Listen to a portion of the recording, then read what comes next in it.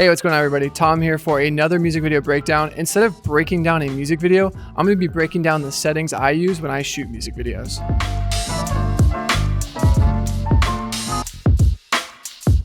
To jump right off, one of the things that I love to do when shooting videos is shooting at 48 FPS. But what 48 is, if you do the math real quick, if you divide that by 2, that equals 24. As many of you know, 24 is what most cameras shoot at for, just normal real-time 24 FPS, right? So 48 is basically doubling that. So 2 times 24 is 48. So what essentially you get is 2 times slow-mo. And one of the reasons I like 48 frames is it does 2 things. So when you're shooting at 24 frames a second, with a 180 shutter, that's typically where you sort of place your shutter. That means your shutter is at a 1/48.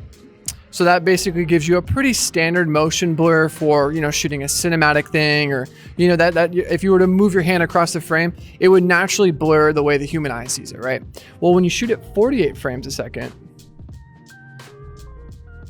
at a 180 shutter, your shutter is actually a 1/96.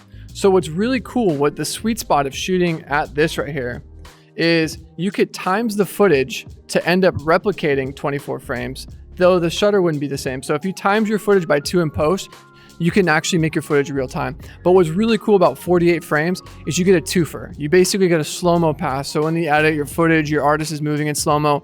But what's really cool in the edit is if you blade tool and speed up the footage times 2, you get 24 frames. So if there was a moment where the artist was going, then you want them to pop off and then slow down, that's really cool. And what's nice about 48 when shooting at 180 is your shutter is sharper. So when you do speed it up to 24 frames, the motion blur, if they're sort of moving and stuff, isn't going to be blurry. So your subject is going to appear sharper because the shutter is at a 1/96 when shooting at 48. So I know that's a mouthful. I mean, this is something where you just need to go out in the field and experiment and practice. If your camera